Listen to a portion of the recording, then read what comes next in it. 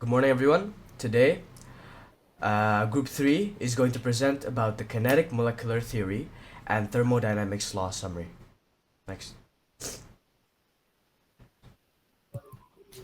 So the first theory is gases postulate. Gases are the phase of matter when atoms are in motion and fill their container. We can make simplified assumptions to make easy predictions about the behavior of gas. The the first prediction is that particles are points in random motion and particles don't interact apart from elastic collisions. Next.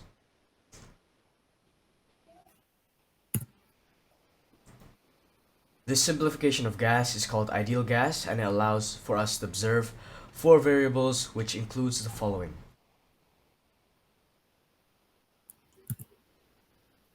The first is pressure, aka P, which is the force the particles exert on the container. And the image shows the description. The second one is temperature, the amount of heat energy that can be transferred into kinetic energy. The higher the temperature, the faster the particles move.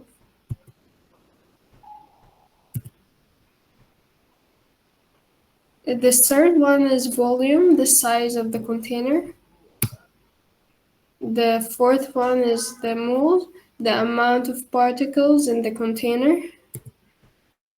And this is Boyle's law, which is the relationship between pressure and volume. The pressure in a bigger container will be lower than the pressure in a smaller container because the particles will hit the container more often in a smaller confined space. And this is the formula P1 times V1 equal P2 times V2. And P is the pressure and volume, and V is the volume. Got that. The next law is Charles' law, which is the relationship between temperature and volume. Assuming the quantity of gas and pressure remain constant, volume is directly proportional to its absolute temperature. The equation for this law is V1 divided by T1 equals to V2 divided by T2. When we do calculations with temperature, we usually use an absolute temperature scale called the Kelvin scale, which starts at absolute zero. 0 degrees Kelvin represents zero kinetic energy or temperature, which means no movement from the particles.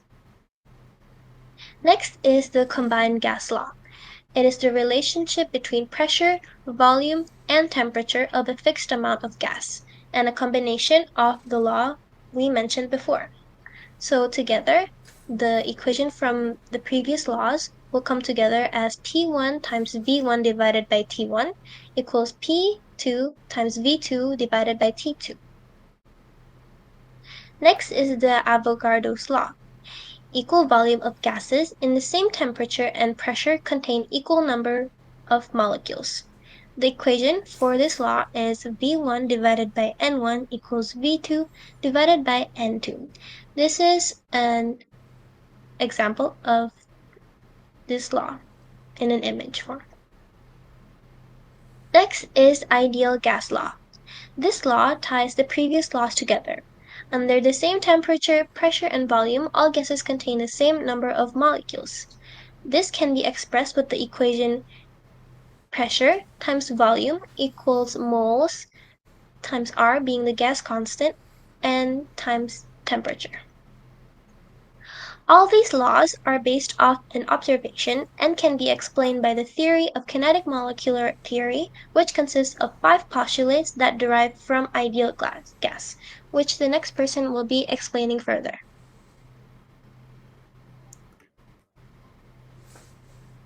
First is particles of gas are in constant motion and collide with each other and its container.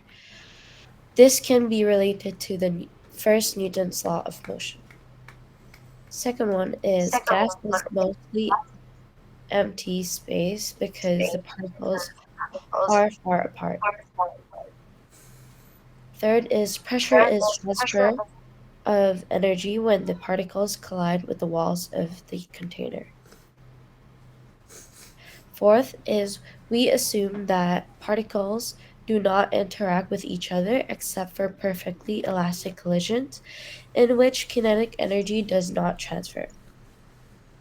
The last one is kinetic energy, or molecular heat, is proportional to the temperature.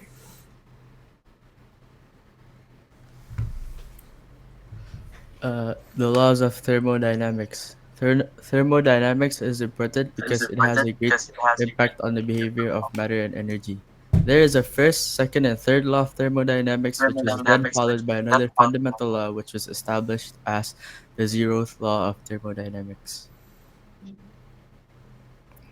Zeroth law, vocabulary. System is the collection of objects we are observing. Surroundings is the environment surrounding the system. Systems that allows heat flows have diathermal walls. Systems that doesn't allow heat flow have a diabatic walls, though no real system can have a a diabatic wall. Zeroth law is about thermal equilibrium, no net flow, and states that if two systems are in thermal equilibrium with a third system, then these two are in thermal equilibrium with each other.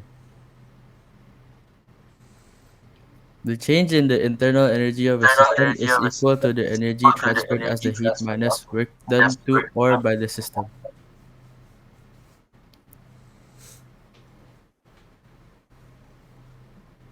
Uh, Second law.